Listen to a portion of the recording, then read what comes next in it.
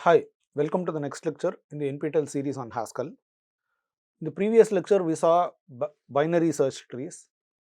Towards the end, we concluded by saying that we can do operations of insert, search and delete in a binary search tree, but the time taken is proportional to the height of the tree. So, it makes sense to aim to shorten the height, to have as minimum a height as possible.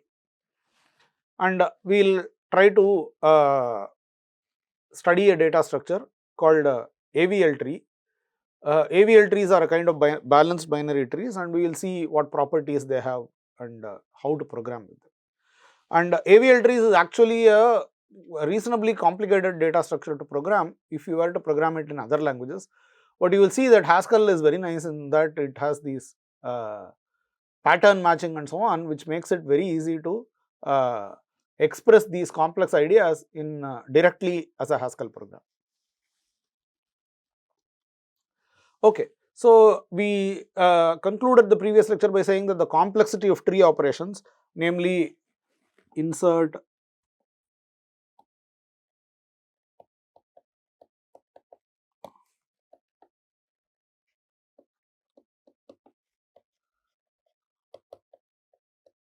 insert into a BST, search in a BST and delete from a BST.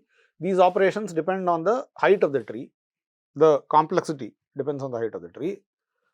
So, in general, a tree might not be balanced. It might be, if you insert into a binary search tree in ascending or descending order, that would result in a highly skewed tree. For instance, here if you insert in an ascending order, this is a right skewed tree and this is a left skewed tree. Right, if you insert in descending order, because if you insert in descending order, it will be in the order 5, 4, 3, 2, 1, 0. So 5 will go first, then you will look at 4 and you will try to insert it, it will go to the left of 4, left of 5, then 3 which will go to the left of 5 and to the left of 4 and so on and so forth, right. Okay. So ideally for each node the left and right subtrees should differ by at most one, and this is a property that is satisfied by our smart create tree. If you recall, we had this create tree algorithm which takes a list, splits it into half. So, worst case, so your length of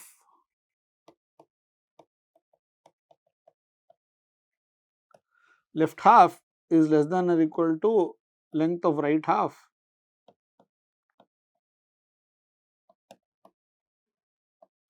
Which is less than or equal to length of left half plus 1.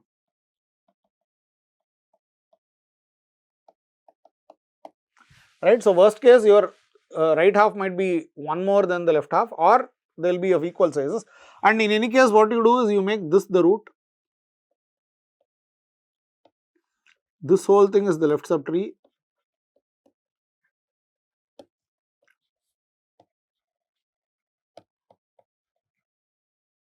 and even here you recursively do the same thing. You split the list into two halves, create a tree from the left half, create a tree from the right half, and make the thing the root. So, recursively at every node of the tree you have the property that at every node of the tree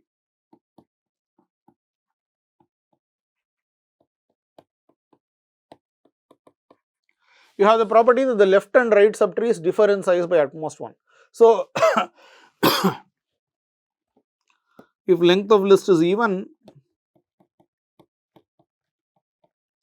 then the two halves will be have same number of elements, but you will take one element from the right half to be the root, then left subtree has one more element.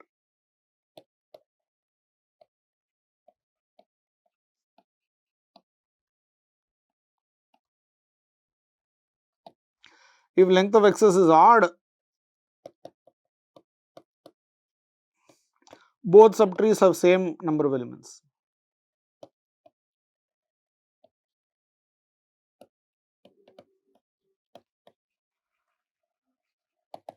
Okay, so this is the property that would be satisfied by your create tree if you started with a list and created a tree like that, and that we would call that a size balanced tree. Okay, And in a size balanced tree, the height is guaranteed to be at most log n plus 1, where n is the size of the tree, because if n is the tree, if n is the size of the list, if n is the size of the tree, let us say,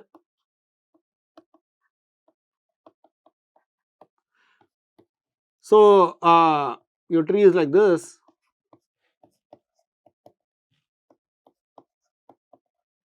The difference in size between, so recall that we said that n equals nl plus nr plus 1, but if nr, if nl,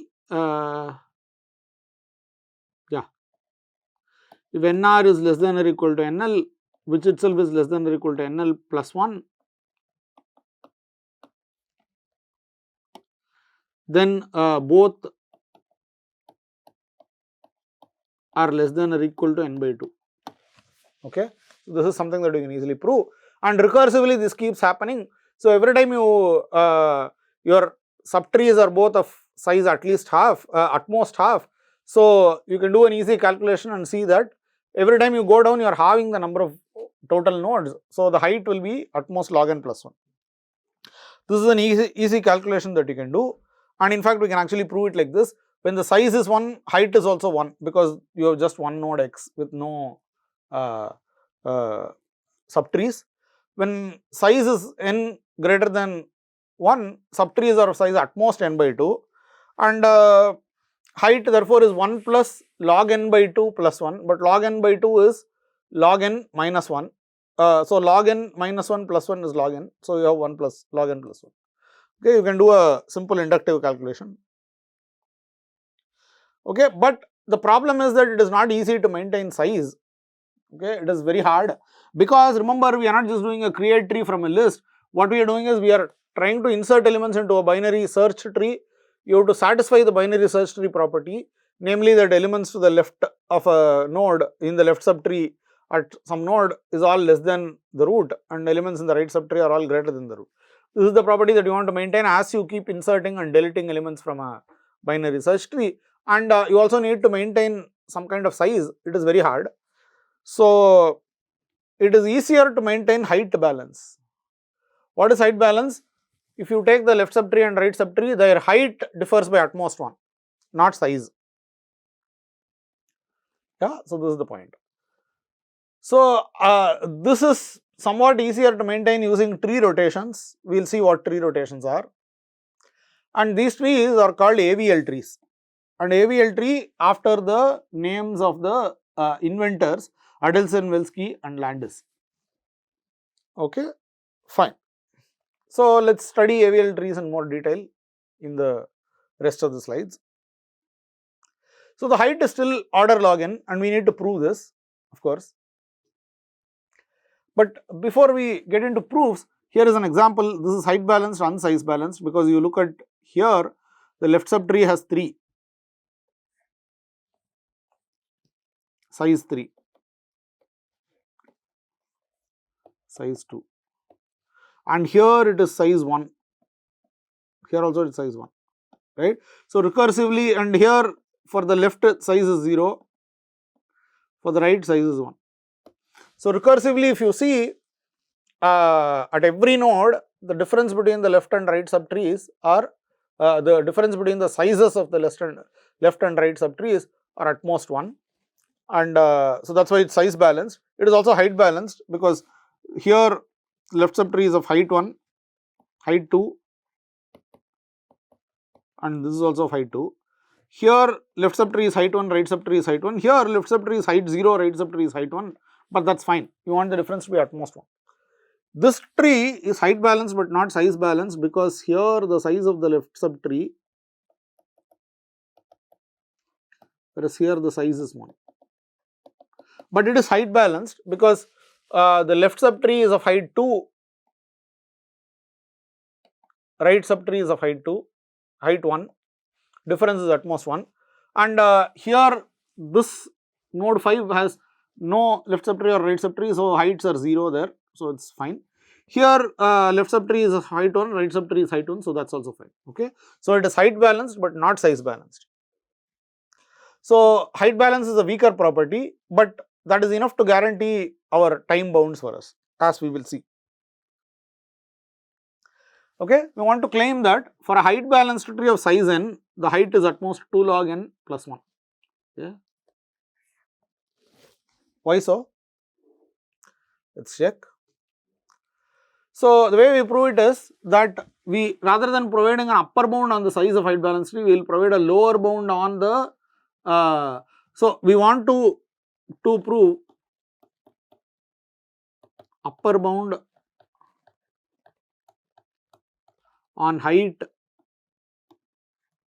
of AVL trees, height balanced trees. We will provide an upper bound on height in terms of size. Instead, what we will do is suffices to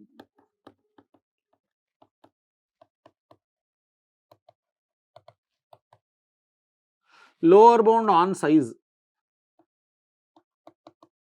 in terms of height.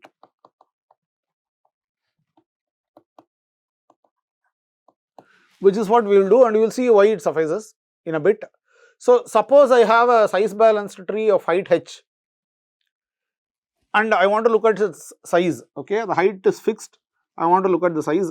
In fact, I want to look at a very specific tree. I want to look at the smallest height balanced tree. Smallest means least number of, smallest size, least number of nodes.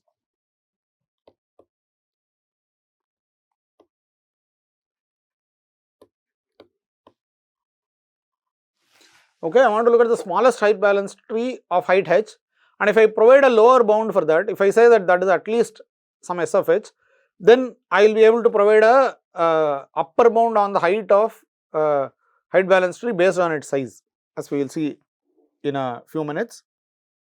But for now, concentrate on this s of h, which is the size of the smallest height balanced tree of height h.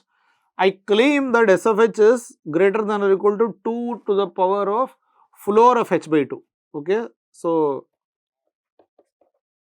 this is really h div 2, I could say. What is floor? You ignore the fractional part. So, if h is even, h by 2's floor is the same as h by 2. If h is odd, the floor of h by 2 is h minus 1 by 2. Okay.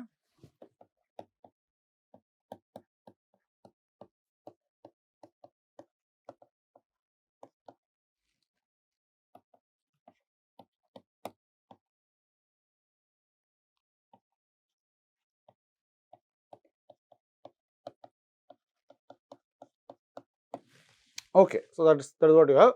I want to claim that s of h is at least 2 to the floor of h by 2. Okay. So, let us do the calculation. S of 1, suppose my height is 1. What is the smallest height balanced tree of height 1? The single node tree. Okay, and the single node tree has size 1, but 1 is 2 power 0, and 2 power 0 is nothing but 2 power floor of 1 by 2, right. Okay, so this is done. S of 2, suppose what is the smallest height balanced tree of height 2? It is this, right. You have a tree whose left subtree has height 0, right subtree has height 1, so that is fine, and your right subtree is also balanced because it's both its left subtree and right subtree are of height 0. So, so this is height balanced, even though this is not, this is even size balanced actually. Yeah, okay. And so S of 2 should have 2 numbers, and S of 2 is actually 2.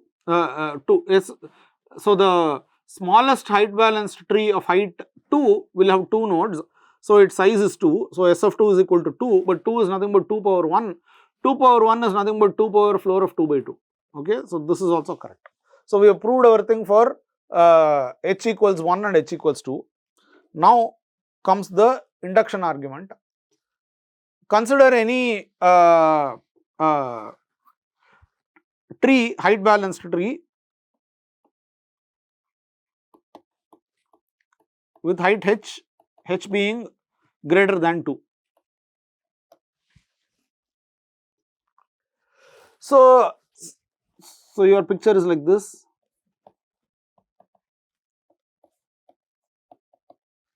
the overall height is h. But what is the height of a tree? It is 1 plus maximum of height of left subtree, height of right subtree.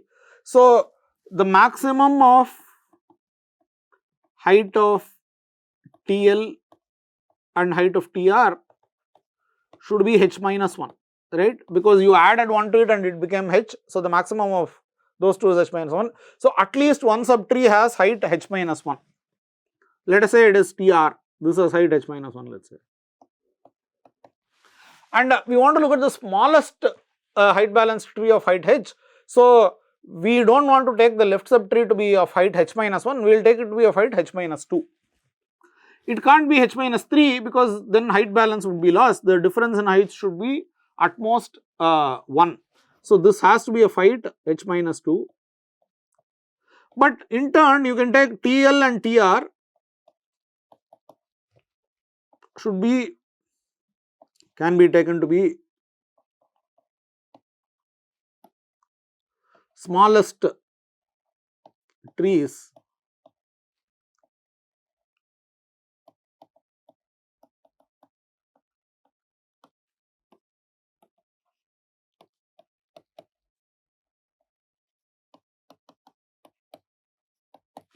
right. So, TL and TR can be the smallest AVL trees of height h minus 2 and h minus 1 respectively. What is the size? We have an estimate, right, we say that size of the smallest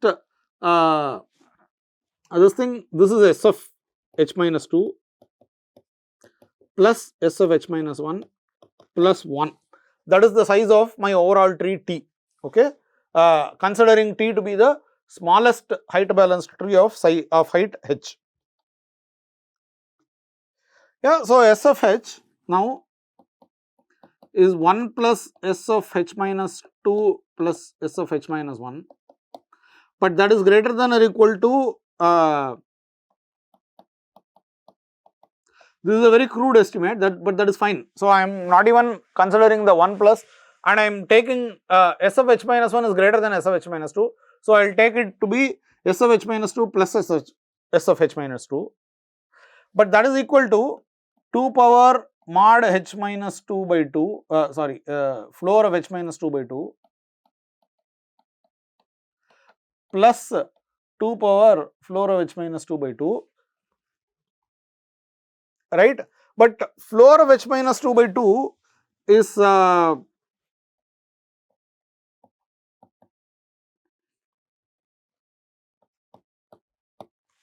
worst case, let us say h minus 2 is odd, let us say, then you will actually take it to be h minus 3 by 2, right. But if you say 2 of h minus 3 by 2 plus 2 of h minus 3 by 2, this will be equal to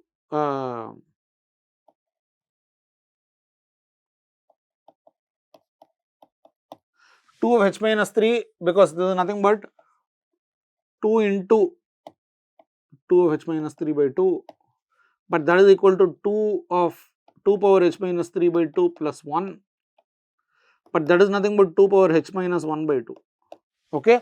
And remember, recall that h was odd, which is why you had this calculation. So, this is the same as 2 power floor of h by 2. If h is even, then it is simpler. If h is even,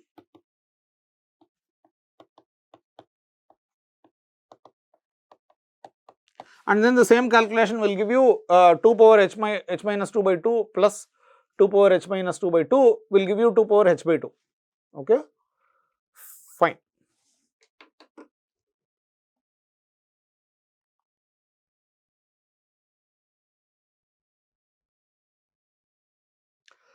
So, S of h is anyway greater than or equal to 2 power floor of h by 2 is what we have proved by induction. So, a size balanced tree of size n has height at most 2 log n plus 1. Why is this so? Because once again, suppose height balanced tree size n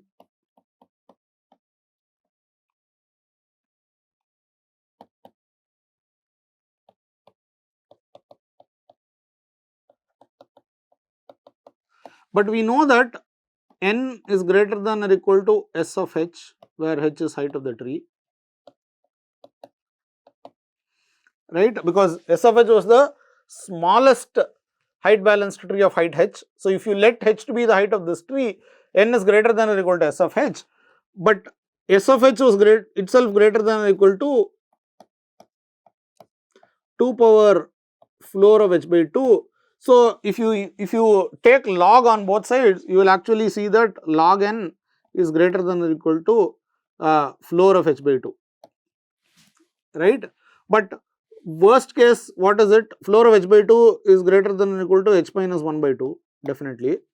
So, therefore, 2 log n is greater than or equal to h, therefore, h is less than or equal to 2 log n is greater than or equal to h minus 1, therefore, h is equal to h is less than or equal to 2 log n plus 1.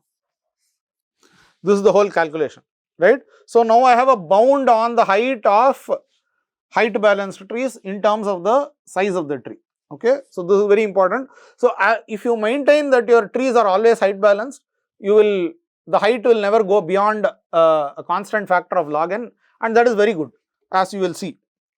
Now, your search, insert, delete, etc. will take time. It is the same, not the same, it is the same logic for search, insert and delete, but at every step you have to maintain the balance, okay. So, you have to do a little work to maintain the balance, but if you do that, your time is proportional to the height for all those 3 operations, and height is bounded by 2 log n, okay. So, therefore, you have your procedures are all of time order log n, okay. This is the main point of an AVL tree, okay. Okay. So, now we will see how to maintain this height balance. For that, the most important tool for that is what we call tree rotates. Yeah. So, we have 2 kinds of rotates, rotate right and rotate left. So, if I have in general a tree of this form, I know that TR, everything in TR is greater than Y. Everything in TLL is less than X. Everything in TLR is greater than X and less than Y, okay. So, I have this. Now, if TLL has a large height, then the tree is dragged down on the left. So, I will try to provide some kind of balance, and the way to provide a balance is to rotate right, meaning that you consider holding X and Y with 2 hands and rotating right, okay. So, earlier you had X here and Y there, now it will become Y there and X, yeah. So, X was below, Y was above. Now, if you rotate this, X will be above, Y will be below, but Y will be to the right of X, okay. So, this is what happens, from here you go here, okay. Now, once again you can check that TLL everything was less than X, as we have already seen.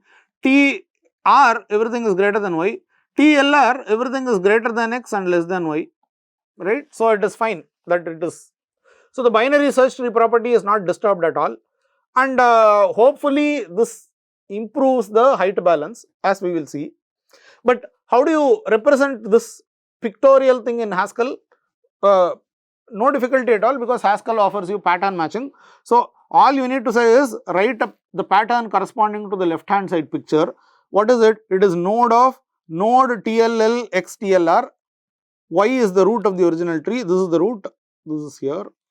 Let me change color and do this. This is there. This whole thing is this subtree, and this thing is this subtree, okay. So, that is my original picture, and what does it become? It becomes this. So, I have this TLL which is to the left, and I have this which goes to the right.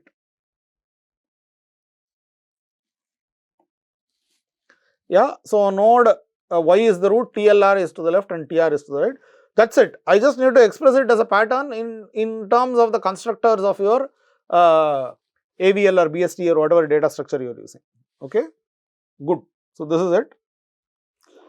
Similar to rotate right, and notice that rotate left, okay, there is a rotate left also corresponding to this, and that is exactly the reverse of rotate right. Yes, this is rotate left. So, once again you imagine holding X and Y like this and then rotate it to the left like this. And this is also expressed using pattern matching. Yeah, node of TLX. So TL is the left subtree, X is the root. Node TRL, YTRR is the right subtree. You start with that situation and you go to node, your left subtree is now large, node TLX TRL, and you have Y as the root and TRR is the right subtree. And once again we can check that everything here is less than X, everything here is greater than X, less than Y, this is greater than Y, and you can see that TRL is greater than X, so it is to the right of X, it is less than Y, so it is to the left of Y, and TL is less than X, TRR is greater than X, greater than Y. Yeah, so the binary search tree property is maintained, and you have adjusted the nodes of a tree in some other manner, which will hopefully help. Let us see how it helps. So assume the tree is currently balanced. Each insert or delete creates an imbalance, right? Because you will go search for some place and you will insert a node, and because you inserted, your left subtree might become height 2 more than the right subtree. Then you will have to adjust. You have to fix the imbalance using a rebalance function, okay? And for the rebalance function, you need to first compute the difference in height of the left and right subtrees. So once again, if you recall the height, this thing, height of nil is 0,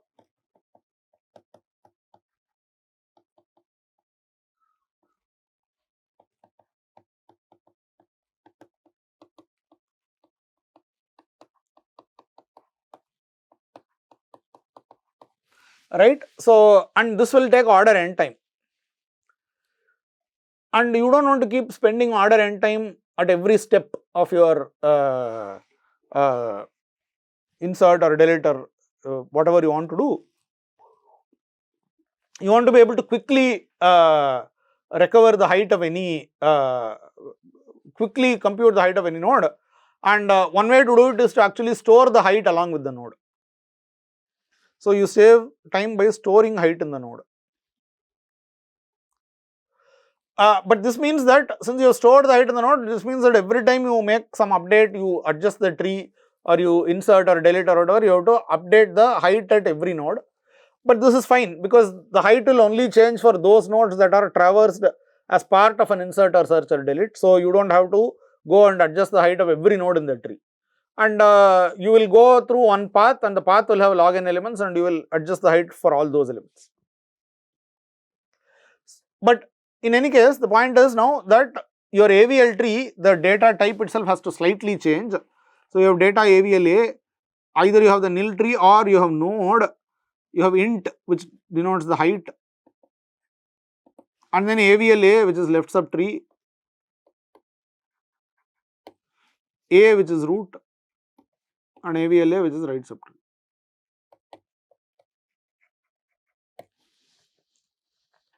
Okay. So this is the one modification you need to make to BST. To when you move to AVL, you store the height along with each node, and you can extract the height easily. This is a height of nil is 0, height of node h whatever is h. Okay. So this is a simple function. You also need to measure how skewed a tree is. So that is called the slope. Slope is just the height of TL minus height of TR. Okay. How much higher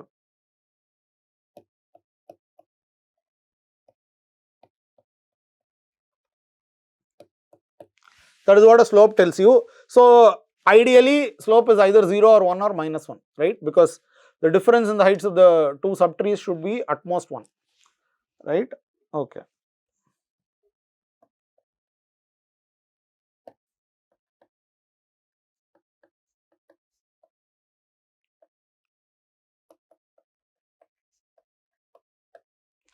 Okay, good.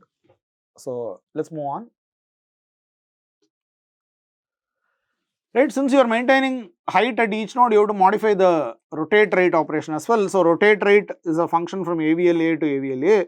Rotate rate of node H, node HL, TLL, XTLR, YTR. HL is the height of the left subtree.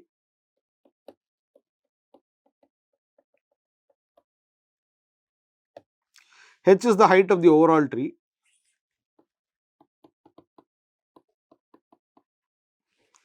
Right, and this becomes what? Node new height, nh is new height, and then you have to do the rotate. So TLL comes to the left, so it's still the same picture. You had y here, you had TR here.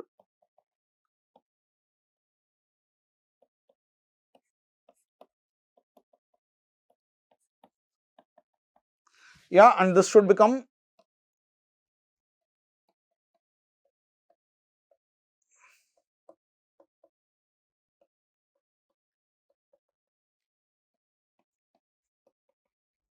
yeah, so it becomes node TLL x, which is the root, and on the right side you have node TLR YTR, but you need to have the modified height as well.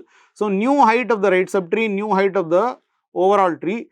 New height of the right subtree is because you have added now TLR and TR as the subtrees of the right subtree. You just take it to be 1 plus max of height TLR, height TR, and height TLR, height TR you don't need to go and calculate because as you know, this is just the method that we showed in the previous slide, right? Height TLR and height TR is just this. You just refer to whatever is being stored in the node. It is just this, right? Okay, and NH is 1 plus maximum of height TLL and the new height of the right subtree. Okay, this is just a simple calculation. Similarly, for rotate left, it's a constant time operation. This is what one needs to remember, because all these you just rotating right. Okay, just you have earlier some pattern like this, you are rewriting it into some different pattern. There are only some fixed number of changes, and you do some 2 height calculations, which is also fine. So this is overall a constant time operation. Rotate right. Rotate left is similar. Okay, I will not go through this in detail. It's just the reverse of rotate right. You have to modify the height at every level. You have to update the height. Okay, that is what we are doing. Okay, this is also a constant time operation. Now recall that slope of node h TL x TR equals height TL minus height TR, and slope of a height balanced tree is either minus 1 or 0 or 1. In other words, for a height balanced tree T, the absolute value of the slope of T, the absolute value of the slope of T is less than 2, okay, because it's either minus 1 or 0 or 1. So if you had a height balanced tree and you did one insert or delete, anyway you are only adding one node or you are removing one node, so height can only differ by 1. So in the worst case, what would happen? At some node you will have that slope of T, the absolute value of slope of T is equal to 2, okay, which means that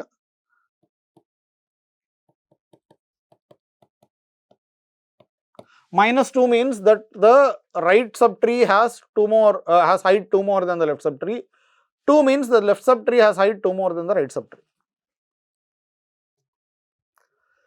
So if you had a insert or delete or whatever and you visited a path like this and there are other subtrees, let me draw a better picture.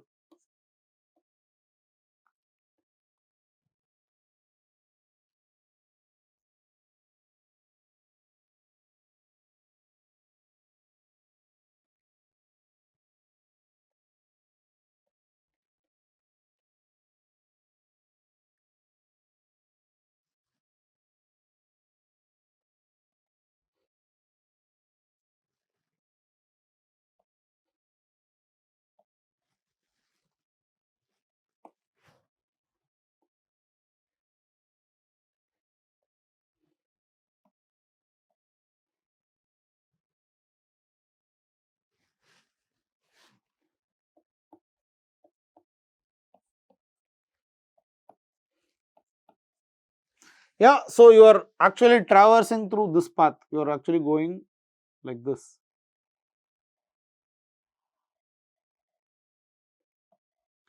Right? Only the nodes on these paths will be affected, their slopes will be affected. These trees that I have drawn, these triangles that I have drawn in this color they are not at all touched by our insert or delete or whatever operation. So, violations are happening only at the nodes visited by the operation, not the other nodes. These trees that I have, the other triangles that I have drawn, they are not even touched. Okay. So, what you do is, as you go down and before you come back up, you rebalance every node. Okay. You rebalance every node on the path visited by the operation. Okay, let us see what this rebalancing is. Assume that the slope is 2 and both subtrees are balanced, okay, which means that I have in fact I will actually have better pictures in the slides themselves. Okay, so you have a situation where the left subtree is of height 2 more than the right subtree. So, let us say height of the right subtree is h, height of the left subtree is h plus 2. If height of the left subtree is, if the height of the tree rooted at x is h plus 2, then we are okay. So, now it has two children, it has two subtrees. What are the heights of the two subtrees? It is either h plus 1 or h plus 1 h or h plus 1.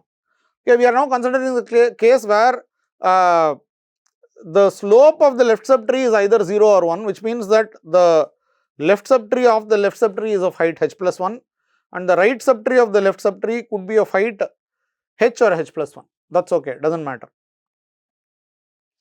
Okay, this is the case we are considering. If this is the case, then what we do is the following: you rotate right at the root. So, what happens? You will take this x and put it there and take that y and put it here, because you are rotating, sorry, you are not doing that. You are holding on to these two. So, you will take this x and you are really pushing this x up. You are pushing this x up here. So, x's right child will be down below it, okay, and x's parent will become its right child. That is what you are doing. Fine, that is fine. And what will you do?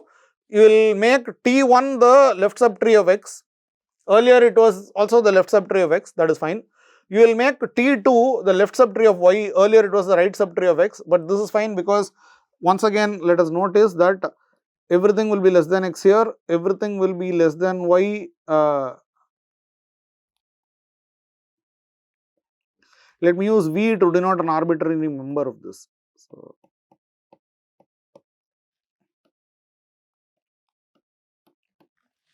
okay, V is a member of T1, then V will be less than x. V is a member of T2, then x will be less than V less than y.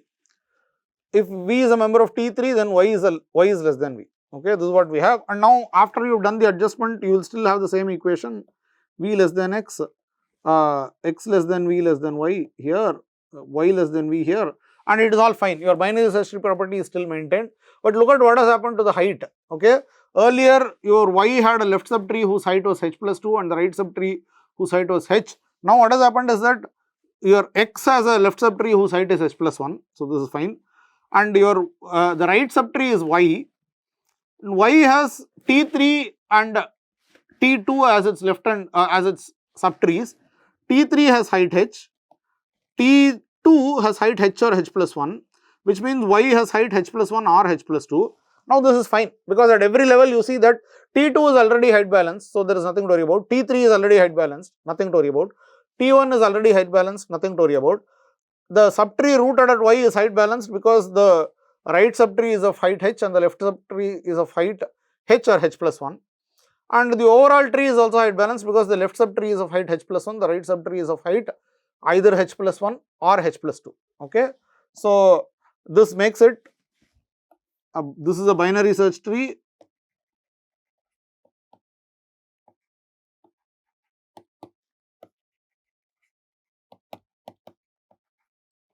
And also height balanced.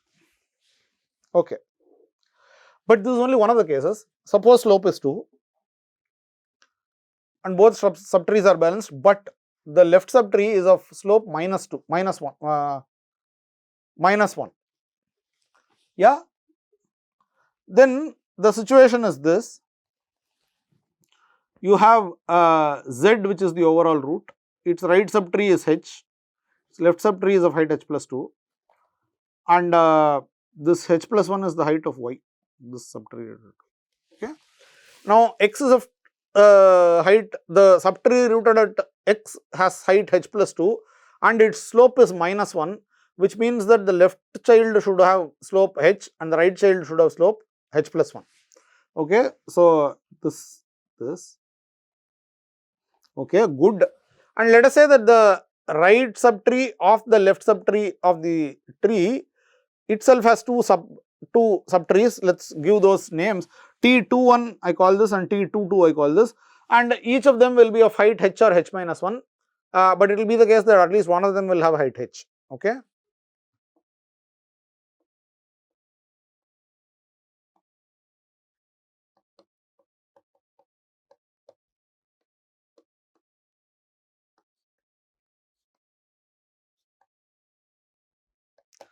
Why should at least one of them have height h? Because the subtree rooted at y has height h plus 1, which means that the maximum of the heights of the two subtrees is h, right? Okay, good. In this case, what do? I first do a left rotate. I left rotate the left subtree, meaning that I grab hold of the x and y and turn it like that. Let's see what happens when I do that. Okay, this y was pushed up and x is pushed to its left as its left subchild. Let's just do the height calculation. The T3 is not touched at all. So T3 equals h, it's unchanged. My left subtree is of still of height h plus 2. Why? Because the subtree rooted at x now, because I did a left this thing, now x will have T1 and T21 as its children. T1 has height h, T21 has height h or h minus 1. So x will have height h plus 1. And the right subtree of y is T22, this has height h or h minus 1. And so the subtree rooted at y will have height h plus 2. Now, point is, it is of height h plus 2, there is a violation here, there is a height balance violation here.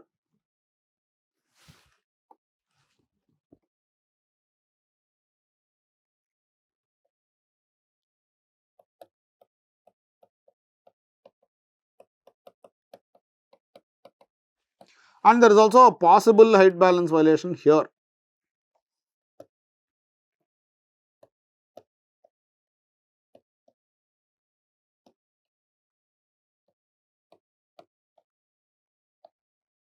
Why? Because the subtree rooted at x is of height h plus 1. It is possible that the subtree T22 is of height h minus 1, in which case the difference is 2.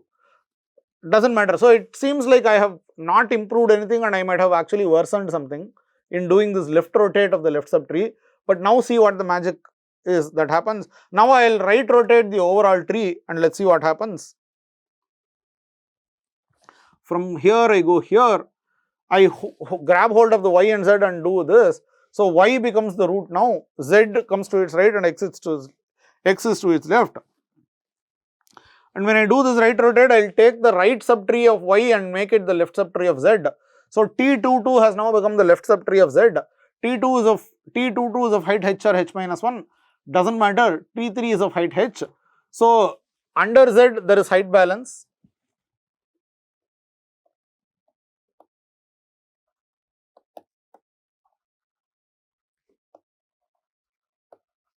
Okay, z is of height h plus 1. X is also of height h plus 1 because T1 is of height h and T21 is of height either h or h minus 1. Here also height balance.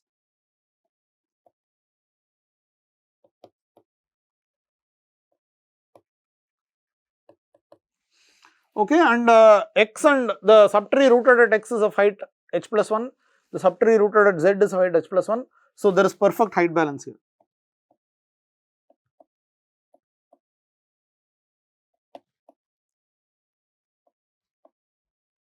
Okay, great. So this is basically it, because if you had a situation where your slope of the left subtree is minus 1 and you only try to do a right subtree at the root, you will not solve the problem of the height imbalance. So if the slope of the left subtree is minus 1, you have to do this, okay, and this will guarantee proper height balance at that node. At the tree, you had a tree with z on the top and xy on the left, etc., etc. That whole tree, without disturbing any of the binary search tree property, it has been turned into a tree which is height balanced. Okay, and you have dual mirror cases for slope being -2. Okay, in which case if slope of the right subtree is 0 or -1, you do a rotate left. If slope is -2 and slope of the right subtree is 1, then you do a right rotate the right subtree and then left rotate the overall tree. You have to do this thing. I'll get these slides uploaded and you can take a look at these. This is just the mirror image of the previous case. In some sense, you can think of it as even the just the reversing the previous steps. Okay, okay then. So okay, so here is the program that you can write. Rebalance is a function that you take a tree and the tree is node height h, which is the height TL x TR. You do this following case of slope t comma slope TL comma slope TR. You look at the three values. If the slope t is 2 and the slope TL is -1 and you do not care about the slope TR, then you do rotate right of node h, rotate left TL of XTR. This is what I want to do.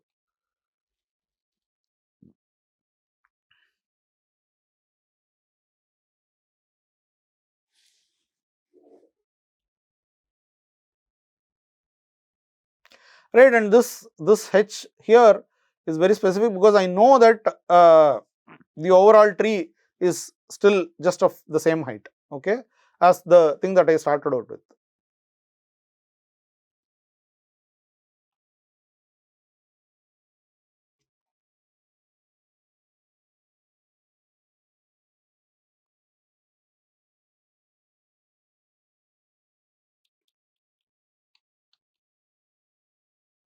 Yeah, this h plus 2 thing, even if I modify it, that does not change. So, I can just use the same thing. Yeah, anyway, so the point is this: you do slope t and slope TL. If it's 2 minus 1, you do something, this complicated thing. You do a rotate left of the left subtree, then you do a rotate right of the overall tree. If slope is 2, slope of the left subtree is not -1, which means that it is 0 or 1, then you just do a rotate right of t. Slope is -2 and the slope of the right subtree is 1, then you do rotate left, rotate right of the right subtree and then rotate left. If overall slope is -2 and the above cases do not hold, then you just do a rotate left. This is all some standard thing. If slope itself is not 2 or -2, then you do not have a problem at all, because the slope has to be 0 or 1 or -1, which in which case the tree itself is already height balanced. So, you just return the tree t. Okay. This is rebalancing at one node, and this is a constant time operation, because you do a couple of rotates, that is it, and maybe some height calculation. So, this is a constant time operation.